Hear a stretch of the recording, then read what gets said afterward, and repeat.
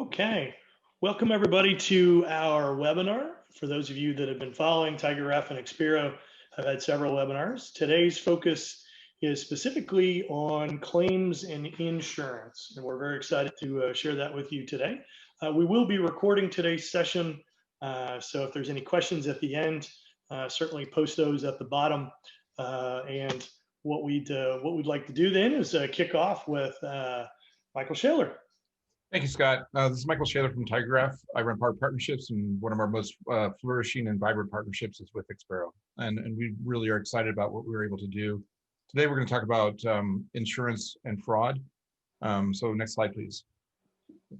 In the context of these large, valuable use cases that are all about connected data, Graph has become a really, really important enabling technology. And in fact, when Gartner thinks about Graph, they really think of it as one of the top technology trends for 2020. And if we double click on that, next slide, what we're really talking about is in-graph analytics with transactions, visualization, and artificial intelligence and machine learning at scale. We really think that, the way to really transform how we think about fraud and fraud analytics is really understanding behavior in time and space, and understanding how the systems that exist, the legacy systems, can be gamed, and how they're under advanced persistent threats on a continual basis. So graph analytics can really change how we think about solving key business problems like insurance fraud. Next one, please. So what we're seeing. Oh, I'm sorry. Previous slide. One more back. There we go. Okay. So we're seeing, when you think about what is worrying insurance providers, both in the federal space, as well as state and local, and then with payers and providers, is the increasing impact of loss and fraud. They're increasing unseen costs. The fraudsters are organized and adaptive. Like I said, it's advanced persistent threats to the system that are mostly monetary in their focus. But that's not, as we recently saw, there was an outage with hospitals, and the entire system is under threat. And so when we start to think about how to connect the various elements of insurance fraud, deep links are how we can understand these complex networks. And then there are compliance and audit rules that are equally complex. There's not enough resources, and it's difficult to keep up with the new technology and limitations. Net is that, when we think about insurance fraud, that represents about a loss of $93 billion. And what makes it even worse is there's less than 2% success rate in prosecuting and recouping that fraud. So it's a very difficult picture. It affects all of us, and it affects all these very, very important organizations in very profound ways. Next slide, please. So we made the initial statement that this is about understanding networks and understanding connections, and it's especially about connected behavior. So as you start to build out the picture of what this looks like, first you start with insurance products. There are claims, history of claims, and underwriting as entities. Those are the key flag stones we need to start with. But then we start to, double click on that, and we understand the hierarchy that connects a lineage of a given policy that's owned and or connected to a given set of relationships. That means that we need to also we have the opportunity to identify alternative policies and predictions of needs, and cost optimization is possible with understanding how we think about elements like patient care, or population care, I should say, and patient journey and member journey. Then if you you start, as we transition from insurance products to the people involved in the systems and their experience, then we start to also look at how patients and doctors interact and how those outcomes are understood. And so you have, the need to understand deeply, care plans, interactions, member outcomes, transactions, and risk factors. And that means that you need to understand the relationships between owns, related to, and sold by. But then you also have the analytics that go with that to really optimize how do patients get referred to various doctors?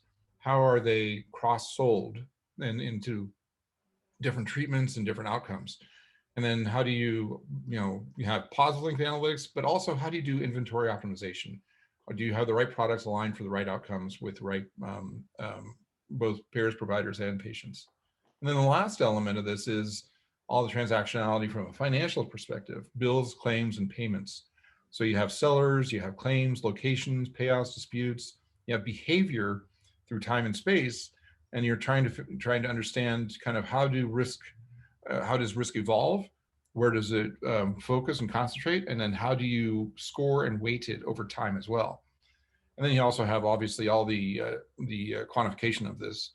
You have relationships between writers, relationships, and status, and you have the analytics that are classic graph-shaped problems as well, in terms of fund-of-funds challenges like profit predictions, relationship analytics, and then cost optimization overall. The net is here is that really healthcare claims loss is about all the connected relationships, and it's truly a graph-shaped problem. Next slide, please. And when we say graph-shaped problem, that means that we're talking about something that is much richer than just a tabular reduction of what is possible, what our legacy systems can support, and what we can do with new technology. And this is a Gartner point that they're saying basically life is messy, but we can still make order out of that, but we can preserve the connections, and that's what they mean by multi-context. We can see the world more as a graph-shaped problem. In this case, we're talking about transactions in terms of what a walk down a grocery store aisle is like. But what it also means is that we can actually do much better in terms of understanding user behavior, understanding group behavior, and understanding kind of where our focus needs to be. So we making relationships a first-class citizen of the new data world is what graph analytics enables. Next slide, please. So, top 6 reasons why insurances are so hard. Next slide, please. So first of all, the where to look challenge is very, very difficult. There's thousands of signals in real time. It takes valuable time and effort, and none of the legacy adjudication systems of insurance fraud support this level of mutability, as well as the signaling that has to happen very, very quickly, and understanding cascading effects and hidden dependencies is really, really so powerful. So it takes human decision time to uncover both good and bad events, and it's hard to understand that in the time travel sense of understanding where things were and where things are in terms of time and space. And then finally, the last 3 points are equally as important as the first 3. You have risk scoring, it's complex, mistakes are costly. We're not just talking about actuarial tables, we're talking about something that is a very, very complex set of contexts and relationships and entities. And then obviously the data volumes involved in all of this is massive. How do you understand everything that's going on with a large, complex website, with transactional history, with lots of other elements to it, with lots of regulatory compliance considerations that go into that? And then the hardest part of this all, the real hardest part of this is the real-time component of it. Complexity is amplified by connected data. If you try and build these kinds of understandings in SQL systems, you'll break it, you'll fail. Queries are all too often complex, fragile, and cumbersome. And we think that graph plus AI plus ML is a much, much better way to see what is happening. So this is why claims fraud is so hard. Next slide. So I think that we're going to take a look at 3 different views of this, and we're going to focus today on kind of fraud prevention as a toolkit. We have 3 views of the TigerGraph development toolkit, but today we're going to focus on the center one. But please note, we also have a supply chain view as well as a customer 360 view toolkit. And these are all very, very powerful, leveraging the same complex user insights that are uniquely powerful and possible with the combination of graph plus AI. Next slide, please. Okay, so why is this necessary now? Okay, first of all, the risks have never been higher. The expectations have never been higher. So, when you think about insurance fraud, if an insurance company is unable to bring that under control, that's going to cause a lot of concern for both regulators as well as for internal controls. And so the combination of both, business expectations being so high and then operational and reputational risk being so high, it's a very, very powerful and dangerous combination of elements there. Trying to cut costs and drive revenue with happier customers, that risk has never been higher. And then finally, we're seeing possibilities of change in the regulatory landscape in terms of both kind of how fines might operate, as well as the government interactions that guide prosecution. In terms of the rewards, obviously implementing a solution is, based on, well, what we've seen thus far is that we can implement a solution together with Expero very, very quickly. And we can leverage the graph database with machine learning and visualization, and we can do it in weeks rather than, months or years that traditional systems take. And then, the reward is obviously better customers, better business, and, less fraud overall is a huge combined set of rewards that are going to really transform business.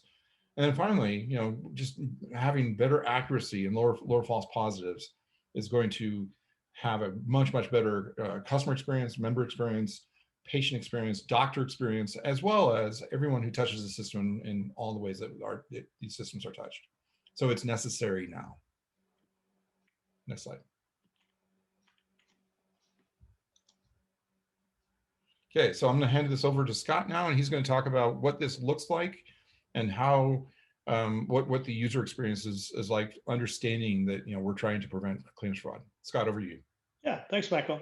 I think there's a couple of elements now as Michael laid out this sort of complex data world. The biggest problem that we start to see in the left-hand column is it fraud? Is it loss? Is it abuse or waste? And what we start to see now is, with all the connections from policies to riders to payments to patients and doctors, how do we start to make sense of the data? How do we do it in an un-SQL-like form where we ask the database questions, right? That's very difficult to do. And when you start to look at, is it an upcode, a misrepresentation, it's straight up fraud with pill labs or scams, it's procedure abuse, this inefficiency, and maybe there's a loophole in our underwriting or our policies, those kinds of things. Maybe it really is fraud or a crime ring. And then as that sort of staggering number that Michael showed us at $93 billion, only 1% of that number is prosecutable, right?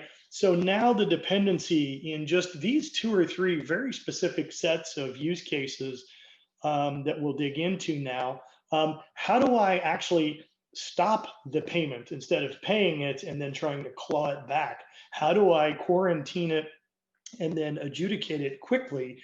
And that's really where we start to see the center column. And then as Graham and Drew are going to share it with us over on the right side in the center, which is we need to see this in real time. We need to have the human with their massive workload see things that they really need to spend their quality time on, and give them enough information that they can make secure, accurate decisions and let the system do the work, right? This capability to do it in real time, be able to show where things came and where they went. And then over on the right now, let's use the power of machine learning and a graph database to do things. Let's bolt on to what we already have to look for these patterns. Let's do what if scenarios. Let's start to predict what these things start to look like before we get there. This is another way to do this. This is a graph, if you will, of pain, which is our executives are telling us to increase revenue, decrease our costs, and then mitigate our risks, right? In some cases, by accepting or denying a payment quickly or a claim quickly, what I've done then is I may actually keep my satisfaction high. I find it quickly, or I actually get down in the decreasing of the cost. So instead of pouring money out for things that I find out 2 months later that were fraudulent or miscoded or what those categories of things are, I can now actually stop that. I can prevent that money from going out the door, and I can reclaim the money. And then more importantly is I can lower my risk. All of these things ultimately equal time and money for our folks over on the right. And so when we start to see where TigerGraph fits in the picture with machine learning, it's not that what most of our customers are doing today is problematic. What we're seeing now is that they just can't seem to do it at scale. It's such a massive problem. It's such a connected problem that to be able to do this at scale with terabytes and petabytes of data in real time and being able to do this that's measurable is really sort of one of our key problems here. And that's really where we stand up on top of this intersection of graph, which is algorithms that we get from a TigerGraph out of the box. And then how do we combine this with cutting edge machine learning? And Graham and Drew are going to walk us through more what that is. But the point of this now is how do we wrap this in such a way where we use this new power and this new technology, and then we combine it with a visualization that either an executive or a lay investigator or even a customer service rep can see what this capability is in a very simplified view so that they can make actionable decisions and prevent that money, which is why we're here. Now, Graham and Drew are going to walk us through this, but these are a couple of items to leave for you here, which is this marked increase of accuracy and dependability is out in this style of a system. And obviously we're going to walk through these, but the point of this over here in just simple upcoding and potential procedure abuse, we're looking at a 10%. You take that $93 billion or insert your company's loss and fraud and waste and abuse number here, and we can get an incredible boost, which is ultimately money to the bottom line and satisfaction. The same thing over here for opioid prescriptions. It's the same algorithms and the same elements that we're going to talk about today, again, with a very large increase. So this is the promised land, if you will. And what we start to see now is where does this fit in, right? So at the executive level, we saw that their goal is to really spend their time looking for trends, finding elements, allowing people to drill in with the power of graph. Well, not everybody wants to see it in what we traditionally see as a node chart. It's okay to see things in dashboards. It's also okay to use things like Tableau and Power BI and now augment it with the strength of a visualization or a widget, if you will, of where graph starts to show these things in a very specific way. The other thing that we always have to remember is that we are customers and patients. There are people like all of us on that other side that want to be kept updated, that need to be notified whether there are alerts and updates. And then if somebody is speaking to me, telling me the status of things in real time. So that, again, it's this constant capability for population health so that I engage and I don't churn from my provider to do that. Then you get to the heavy lifting, right? So now we have special investigation teams, we have ER claims representatives, we have adjudicators, we have all these different teams that are working together. So what we start to see now is the ability by this kind or style of a system using the TigerGraph toolkit in conjunction with TigerGraph is to build screens for this entire stack of different users. My analogy is everyone wants to touch the elephant, but we touch it in very different ways as we're looking through this fraud element. And really what we're doing now is at the very bottom is where we see the TigerGraph Studio, which is ultimately where you can do everything. You can write queries, you can see things, you can see cardinality, traditional styles, but all of the other users across the top need security. They need their own set of screens, etc. And so as we start to see how these team members interact is number one, where is the fraud? Can we actually get out in front of a claim? Can we get into clustering or similarities of things that we know to be fraudulent, things that we maybe have found in the past? And that's really the number one sort of first item is let's identify it. Let's use the power of graph and machine learning and this visualization to find it quickly to go do it. Then once we find it, how do we go deeper? How do we do something better, stronger, and faster than spreadsheets? We have lots of data for sure. We have Epic data. We have all kinds of source systems, customer claims, as Michael mentioned, et cetera. But how do we crystallize that in a very short and concise way. How do we show these positive and negative journeys is ultimately what we're doing in fraud. We're seeing positive journeys and care plans and customer journeys that are good. And then by corollary, we're able to do very similar negative journeys that look fraudulent to be able to tag those for the next level of documentation and then ultimately teaching the system to get even better. And that's where Graham and Drew are going to step us through that. And then ultimately repeat, rinse, and let's go do it again and let's go find more. Ultimately, where you see sort of the layout of the way this works is saving the data, mapping the data. We don't have to propagate all of the data into TigerGraph, but use TigerGraph for what it's extremely good for. OLAP processing, OLTP processing, and more importantly, the graph or the connected data. And again, I can save data from all these other source systems into TigerGraph so that it can be fast. And then ultimately now what I'm about to show you is what do those user interfaces look like with the TigerGraph toolkit to go build that. So now what we start to see then is if I'm an investigator in this case, I can see connections. I can actually connect to my Jupyter notebook or Python notebooks, and now I can use this collaboration. I can use the power of the graph. I can interpret it in a Jupyter notebook. I can use those machine learning algorithms that most likely you already have, but now I can visualize it. Then I can say if I'm just a simple level adjudicator, I don't need to see all that fancy graph stuff. I want to know that it's there and it's recommending. And so what we can see over here is we can just give that rep a very simple recommendation. You should not approve this claim now. Why? Well, then you can start to dig in greater detail. I can see temporal or timelines to say, let me investigate that before I reject it.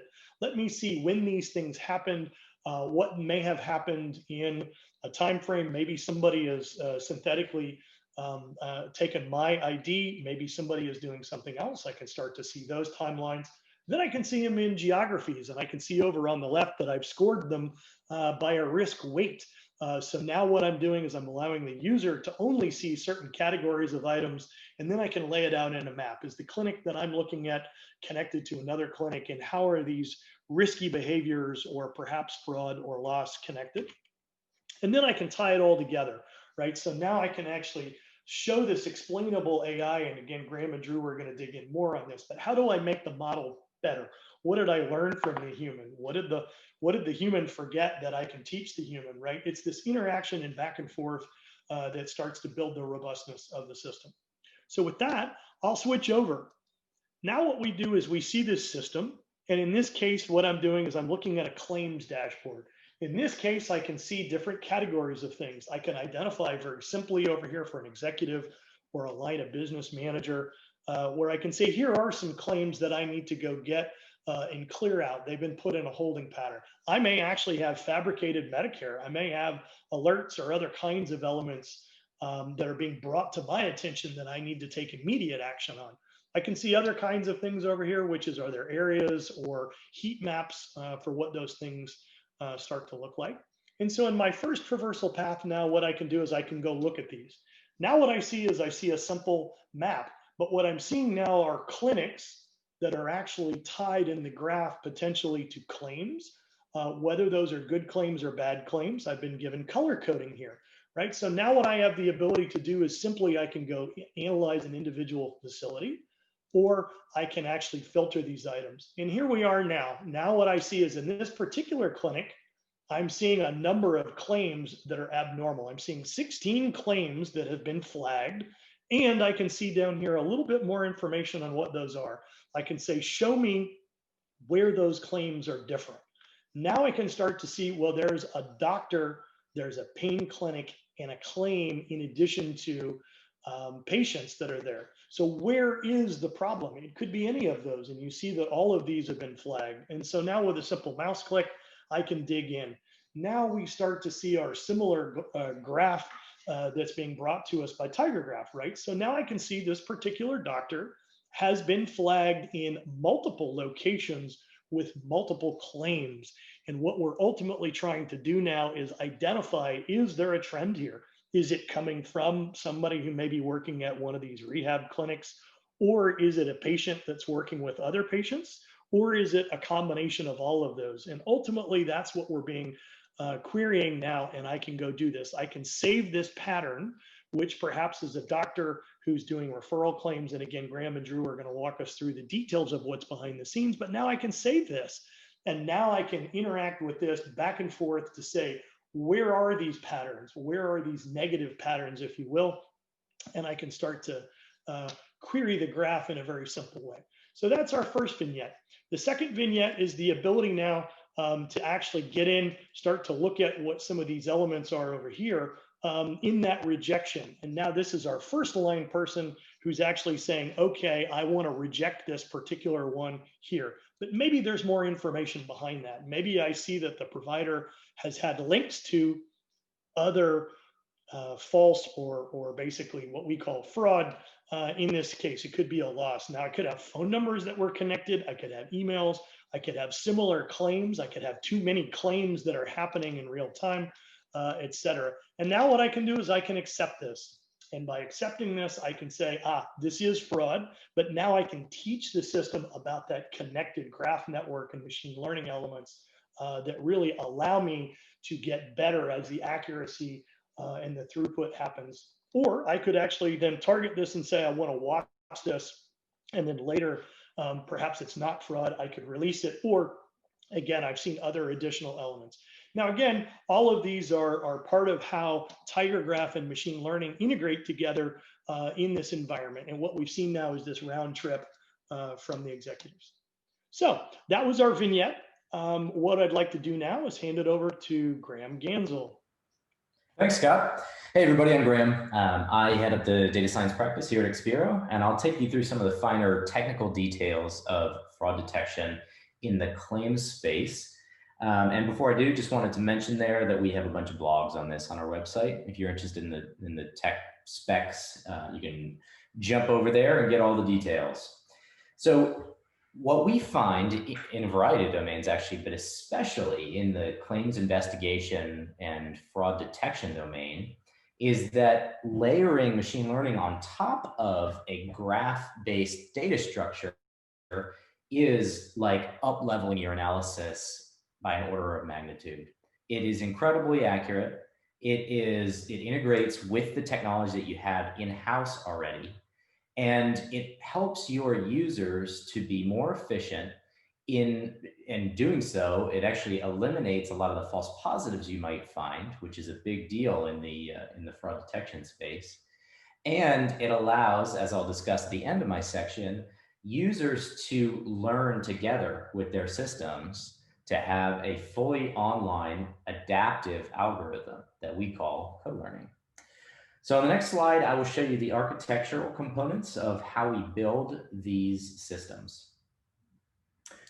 So on this slide, what we're showing is the actual interaction of the various components in a logical view of a fraud detection system. At the very top of the slide, we see that we ingest information from existing systems or even from flat files into a variety of different scoring mechanisms.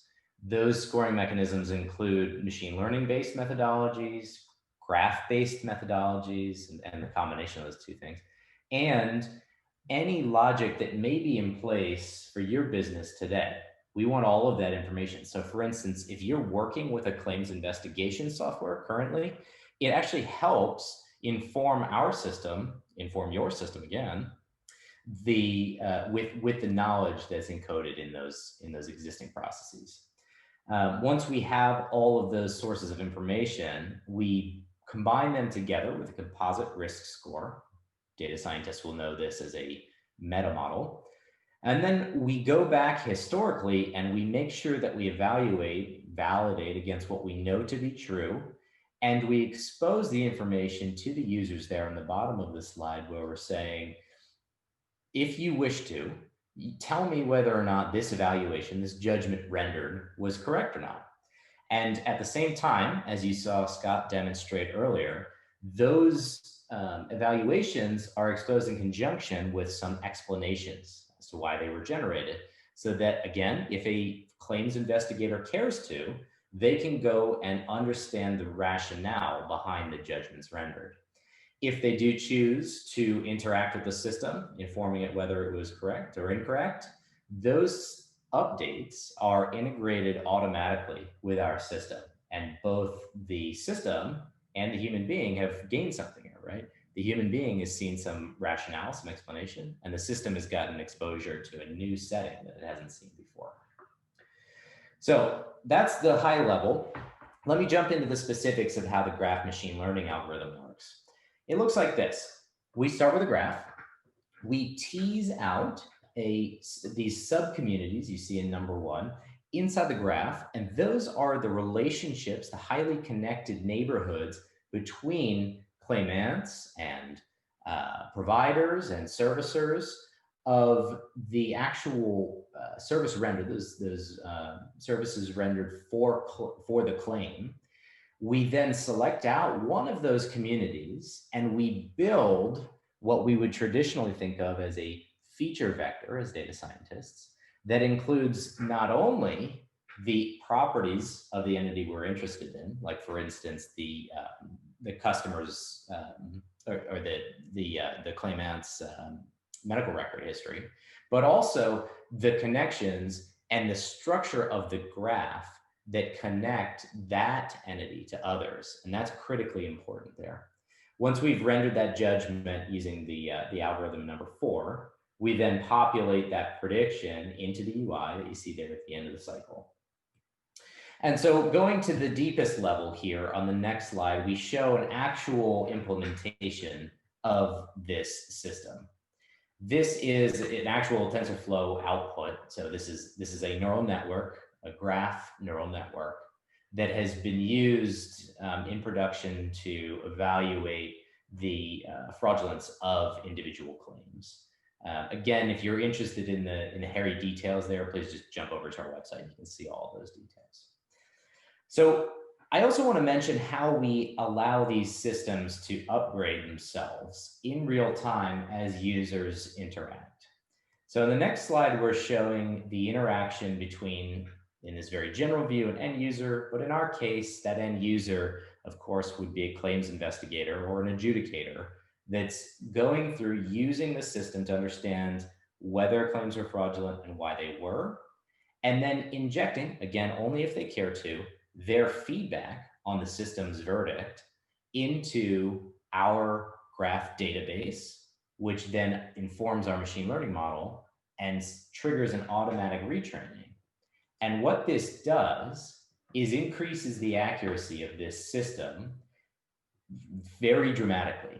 So this is what we see commonly in the industry. So everybody nowadays is already using machine learning, deep learning to do these types of analyses. I'm sure you already have this in place at your organization.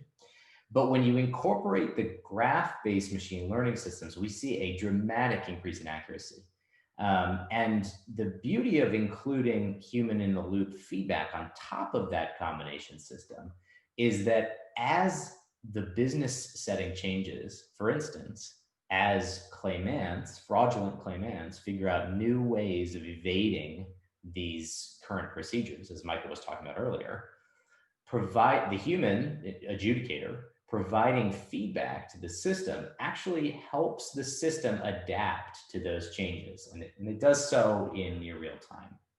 Let me give you an example of how this works. So we're looking at, on the top right of this slide, a judgment rendered to the UI, to the adjudicator that says, hey, this claim is fraudulent. That adjudicator could choose to do nothing.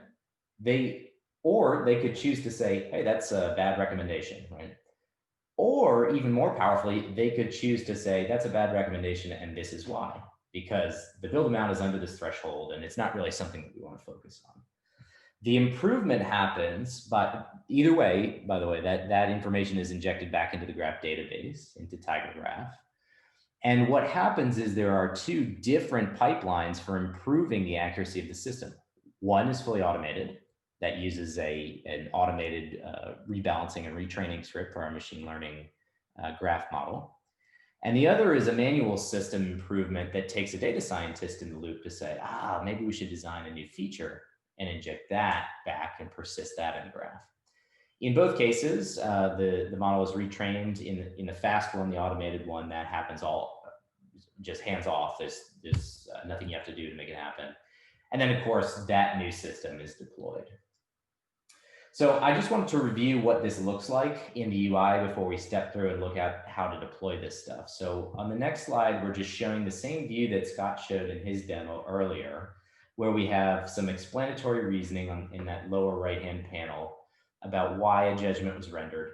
And then, of course, we have a button up there for an adjudicator to say, hey, really, was that truly fraudulent or not? And so using that information, of course, we're able to retrain our models. And let's step now into how we actually enact that practice. So sorry for the animations on the slide. You can just click through them, Scott. What we show here is the two different settings in which machine learning, especially graph-based machine learning, operates. That's at training time and at prediction time, or equivalently inference time. At training time, using those historical transactions with that human feedback included, we can retrain our models and we'll come up with new best artifacts. This case, artifacts really means machine learning graph model and the data pipeline to build that model. And we serialize that up into our inference engine so that we can deploy that automatically using some sort of CI/CD process, which I'll talk about in a minute, into the real-time system, the judgment rendering claims fraud detection system. So what do the components look like in that CI/CD pipeline? So we're showing on that next slide the components of the system there, starting from the data layer with TigerGraph. And of course, as I mentioned, you can integrate with your current, whatever Hadoop systems and your streaming systems like Kafka. And we inject those into this pipeline, which data scientists will be familiar with for sure, where we move through a pre-processing system, through that training system. And of course, these are some of many different logos, different tools you can use here. If you're interested in the ones we find are the best practices, please feel free to reach out. But the important part here on the top of the slide, what we're showing is while we collect those adjudicator usage signals into the graph, we're also constantly evaluating the skew, the model skew, with respect to historical information. And in the sort of middle of the slide there, you can see we're evaluating the skew in the data. So using those two skewness triggers, we're able to redeploy that training suite, which we recommend doing on a managed service in the cloud on any of the major cloud providers. And then using that retrained artifact, injecting that back into some sort of orchestration platform, like Kubernetes, for instance. So that's how you get the system out. And let's review the sort of core components now of everything we talked about in this section. There's 4 pieces. There is the monitoring of both data and model skewness, right? That's super important. You need to know how you're performing against what's actually going on in the business to understand whether or not your product is the fraud detection system is performing correctly. Then you need the CI/CD pipeline for deploying these graph-based machine learning algorithms.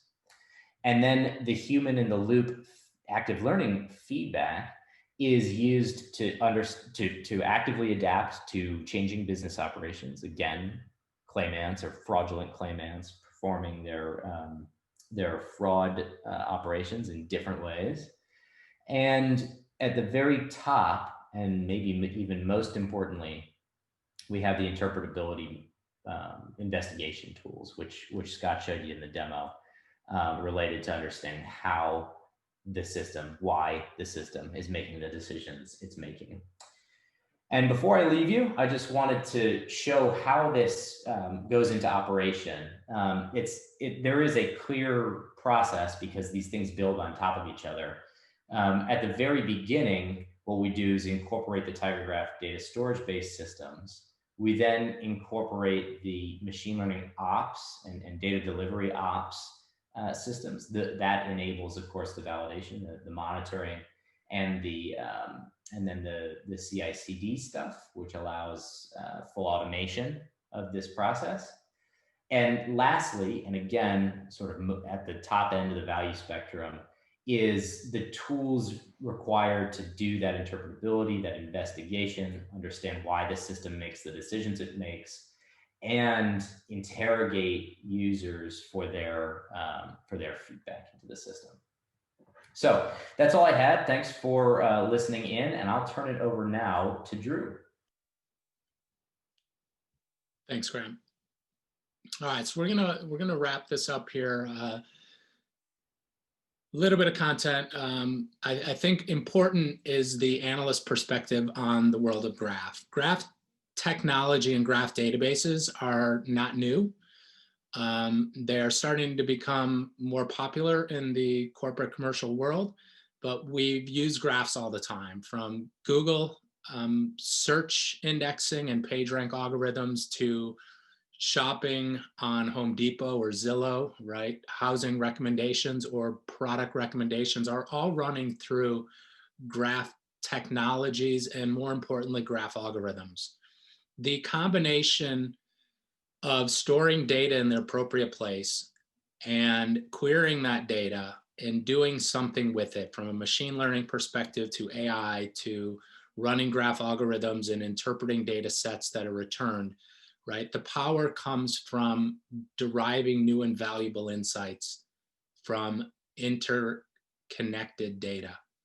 And those relationships are critical.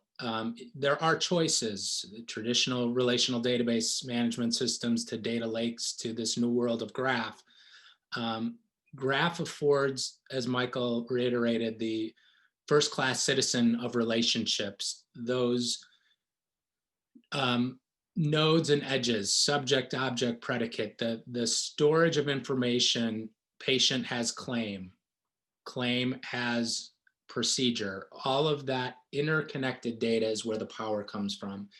And the IDC is starting to realize that graph is playing an important part, right? For overperforming analytical adopters are using graph databases, and the database technology to derive business insights from linking this is growing year over year. Next slide. One of our top insurance customers has evaluated numerous graph vendors. They've decided on us in our ability to, at the time, the only system available to help them make real-time care path recommendations across 50 million patients. That number's gone up over 100 million, and performance has improved 20x based on some existing technology and chipsets. But really, they're looking to make an impact on their members' lives, from wellness to claim resolution to next best action to similar members. When someone calls into their call center with a diagnosis or trying to figure out their symptoms and what their next best course of action would be, that call center agent is presented with their data in sub-second response time, a full longitudinal health record, all the claims and interactions in milliseconds presented to that agent, to listen and provide recommendations to that individual based on symptoms they're presenting, but also in conjunction with their pre-existing conditions. So the recommended care plan for shortness of breath from an asthmatic patient to a diabetic patient to a fully healthy member may be severely different. Next slide. So graph analytics is that joining of information, and on the right-hand side, members, right? The centrifuge, the center of the graph in the healthcare world are referred to specialists. They see a physician, they file a claim, that claim has a payment, they may have a copay. All of that interrelated data goes back, but it's the analytics that can be performed within the structure in the graph database with the combination of the graph algorithms. Algorithms in theory can run on relational databases. However, they're highly performant and much more efficient in the world of graph, and that's why we're seeing the explosion. the complex questions across the data, just the complex nature of the data and the disconnected nature make it pretty much impossible to run near real-time or real-time, those sub-second responses on a relational database management system. And so Graph is becoming mainstream in the corporate world. And on the next slide, it kind of highlights the differences of why and why not, right? Graph versus your traditional relational data stores. The RDBMS just can't easily model. They're not highly flexible structures. There is much complexity in defining those multi-table joins to get back the result set to further refine and find commonality. Those joins are very taxing and computational heavy.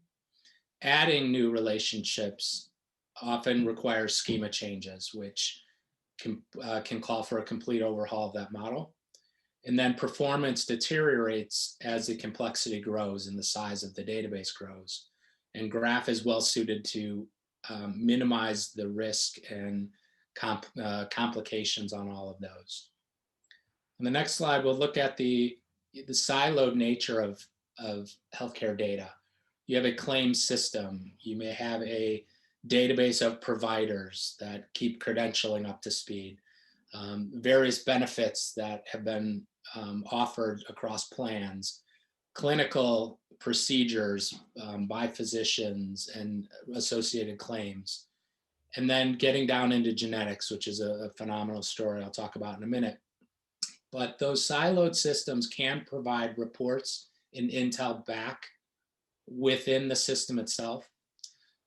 Other data stores have tried to marry those together, and those joins become very complicated.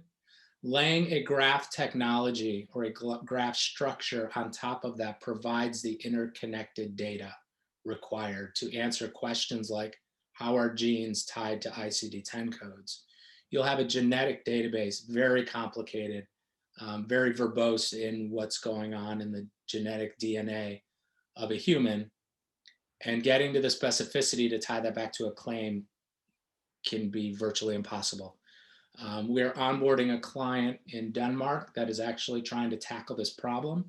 Their quote was, "This achievement would be synonymous of analyzing 1,000 times the works of Shakespeare and trying to find a spelling mistake." And so they know the volume of data, the high complexity and nature of that information. It's a needle in the haystack, and Graph interconnected nature is allowing that gap to be bridged. Next slide. So having the healthcare data in a graph structure, can you go back one?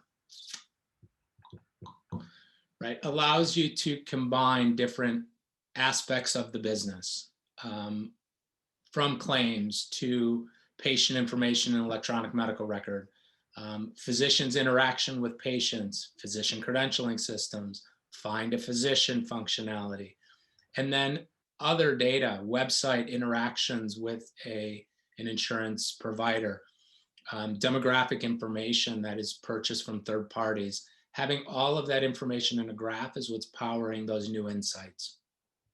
Next slide.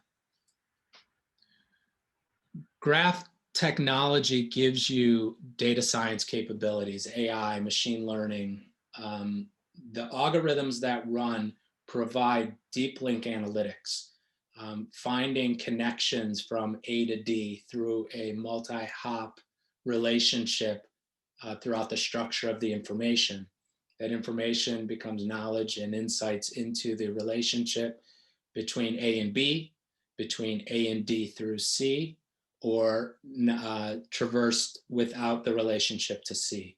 So it's multi-hop, very deep link patterns that can be derived with these algorithms. You'll start to find matching where two people at a location have similar characteristics to other people at a location. And then there's an offshoot, which may start to formulate a pattern on a potential new relationship within a new building in the green and orange dots. finding community detection, number 4. Similar patients, again, back to that shortness of breath for a diabetic versus an asthmatic in the next course of care. How do you comb through millions of patients to find similar patients with the existing condition and preconditions to afford the next best product or service recommendation? And we talked about geospatial and temporal, right? Having the full longitudinal health record of that patient and being able to look at graph analysis over time. And then the embedded machine learning or integration with third-party machine learning techniques and features, whether you're going to do that inside the graph structure or externally, having the ability to flow that information back and forth is very powerful. Next slide. We covered this briefly, all of the different algorithms and capabilities, the clustering similarity, PageRank is Google, product recommendations from Amazon. This stuff has been around, it's been constructed, and it performs a task in the world of graph to deliver those insights. On the next page, we talk about the graph algorithm library.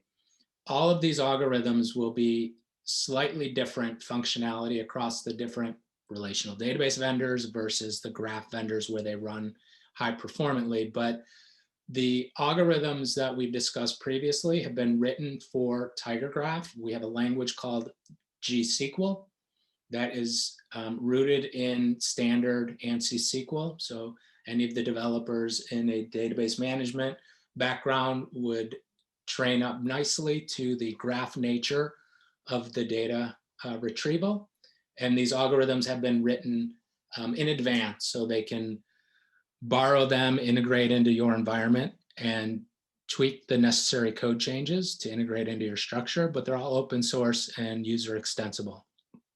They can run in the database, so no data export is needed.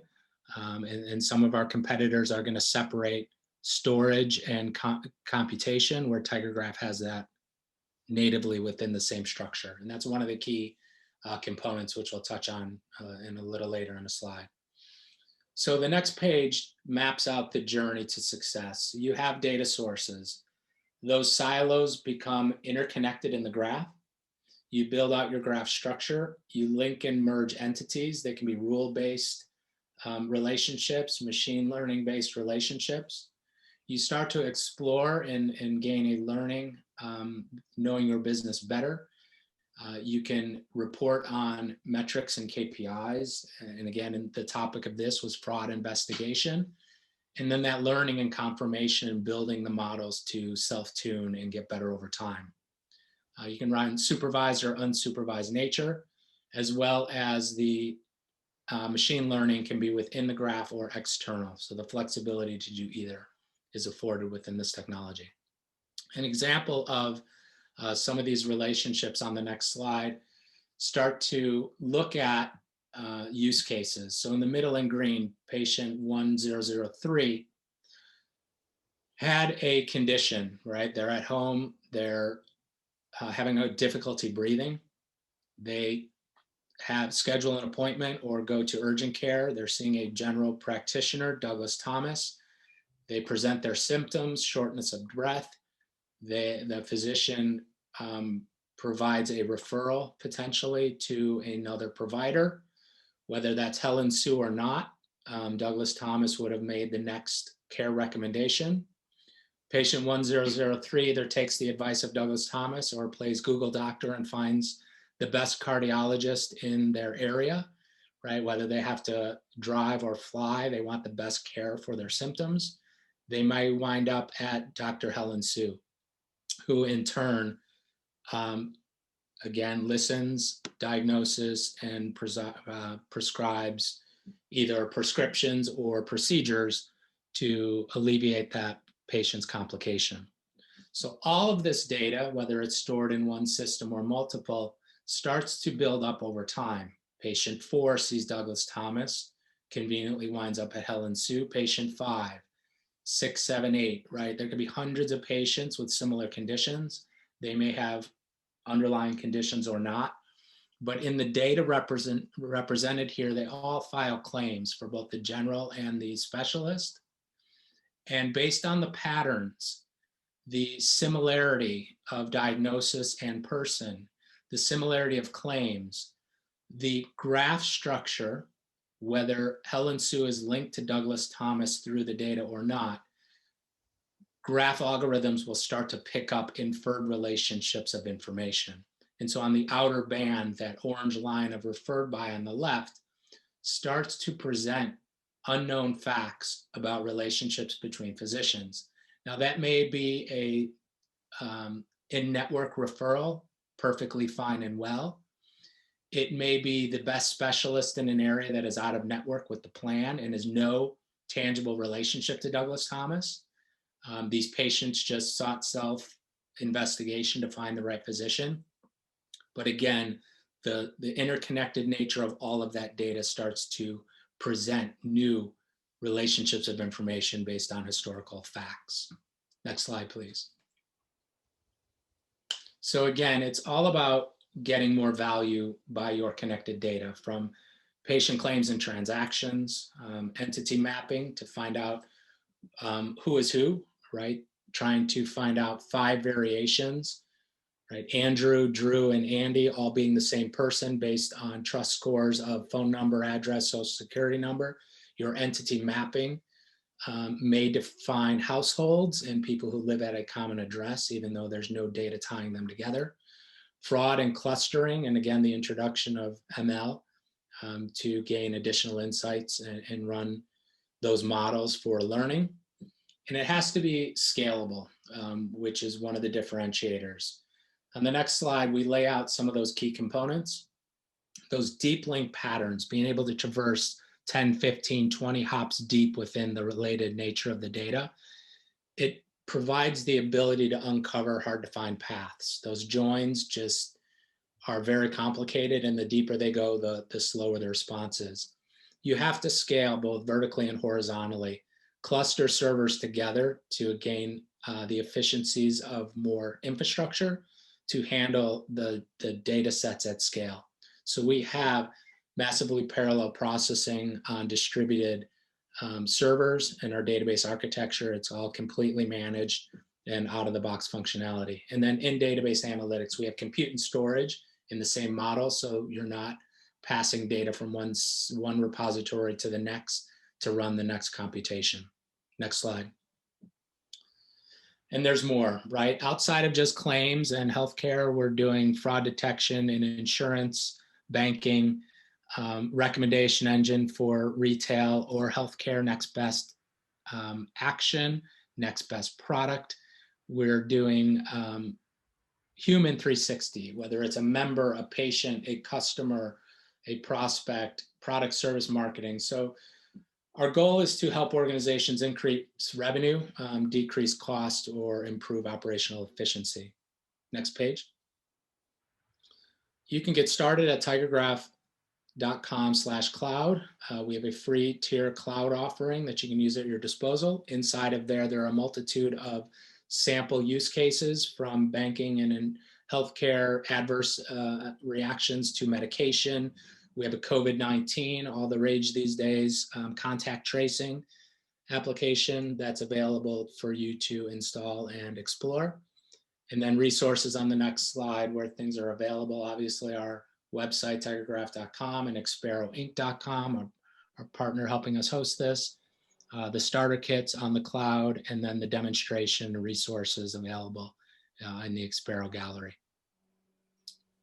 With that, Scott, next page is the wrap up on contacts. And yeah, so I think if there's questions, there's a few of them that came in during, and then obviously this is being recorded. Please share. We'll be sending that out. The first one that I got here was around size. It says, what is the largest or average size fraud claim system? Michael, this is for you. What sort of performance numbers and kind of hardware did you use to achieve it? We can take that. We can take that up offline. But the short answer is that we're in the scale of terabytes with some of these systems, and the performance is in some cases real time. In some cases, because of the OLAP analytics, it can take seconds or minutes. But we're the performance leader, And one of the things that's important to note is that, you know, all the things that Graham and Drew just spoke about says that we can always leverage machine learning and AI to do even better. Okay. Second one is for you, Graham. What it says here is, could you paint a little bit more around the approximate data type and model features, and how fast does this run in conjunction with TigerGraph for claims?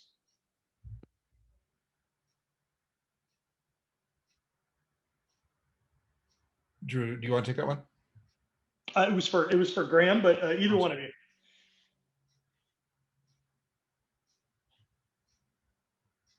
Go ahead, Drew.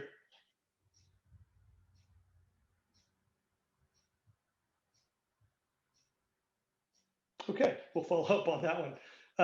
The second one was really the ease of the let's see. It says, where can I find the algorithms, and how easy is it to learn GSQL versus SQL?